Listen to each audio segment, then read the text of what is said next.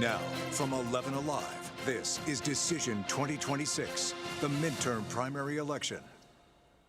Well, good evening and welcome into 11 Alive's special live extended coverage of the 2026 May primary. I'm Zach Merchant. And I'm Faith Jesse, and the time is 7 o'clock, meaning most polls have now closed. However, for those still in line, they will still be able to vote, and we'll be getting you the first results once they are reported. Fulton County is keeping the Eisen Park Elementary School polling location open until 11:02 p.m. Very precise timing there. Voting was paused earlier today while Sandy Springs police investigated reports of a suspicious person near Morgan Falls Overlook Park. They say that person is now in custody. Voting having been paused earlier, it resumed there at 4 p.m. and will continue until just about 11 o'clock tonight. Yeah, situation we've been monitoring all day. There are nearly a dozen polling locations also open late over in Cobb County. Officials there say that some locations ran into technical issues earlier today.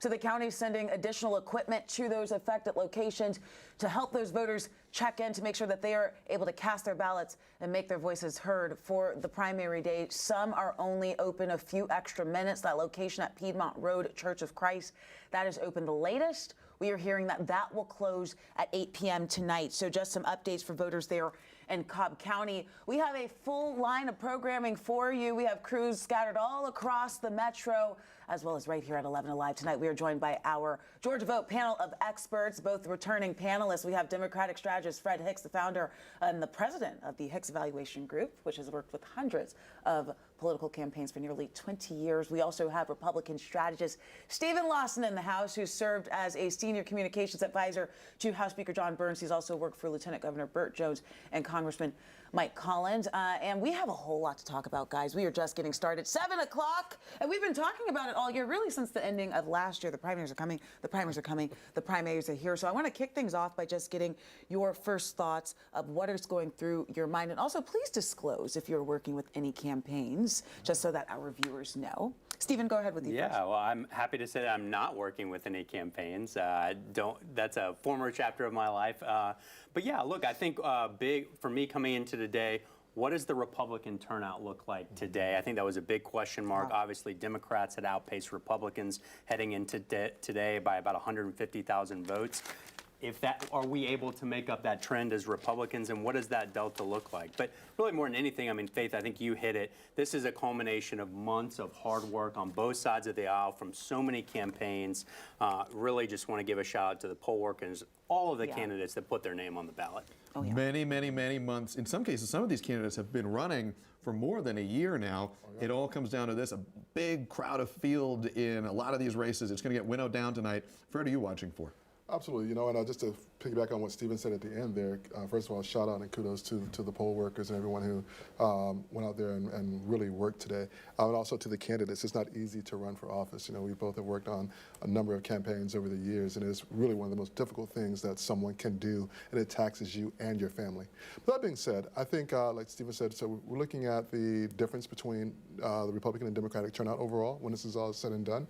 I think number two, what I'm looking for, is in the Senate race, if John Ossoff, if there are more Democratic votes cast than the top two vote getters on the Republican side, because that will give a really good sense about whether or not he is, or how much of a challenge they can mount against him. Excuse me. And then the third thing I'm looking for in this race is the gap between Keisha Lance Bottoms and whoever is second on the Democratic side.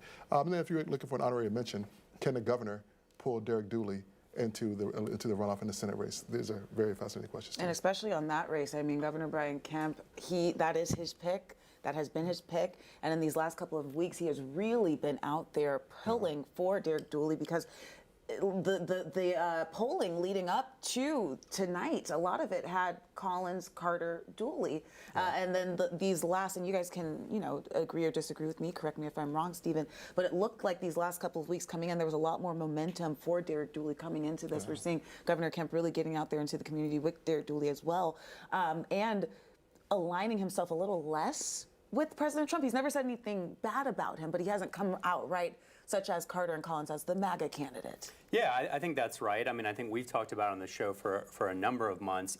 I think Mike Collins has been in the pole position in that race, but it's really been a fight for second place. You mentioned the governor has been barnstorming the state for Derek Dooley. There is a lot of thinking that heading into tonight, he will slide into that second place spot. It won't surprise me at all. I think the two questions there, is it him or Buddy Carter? And then what does that delta between the first and the second person look like? And then subsequently heading into the runoff, if it is those two, what does Donald Trump do? Does he continue to stay on the sidelines as he has in that race? And then does Brian Kemp double down for Derek Dooley if he gets in the runoff? Quickly, one last question before we move on here. You said once the runoff comes, you don't have any doubt in your mind there's going to be a runoff in that Senate race? I don't, no. We're going to find out for sure tonight. We're going to go now to our Rebecca Lindstrom, who is live for us at the big board, monitoring the results as they are coming in. Rebecca, what are you watching right now? Well, as you guys have already talked about, we've got several statewide races that are being run without an incumbent. And I think that you've got a lot of candidates who saw that as an opportunity to either move up the political ladder or just jump into the political game.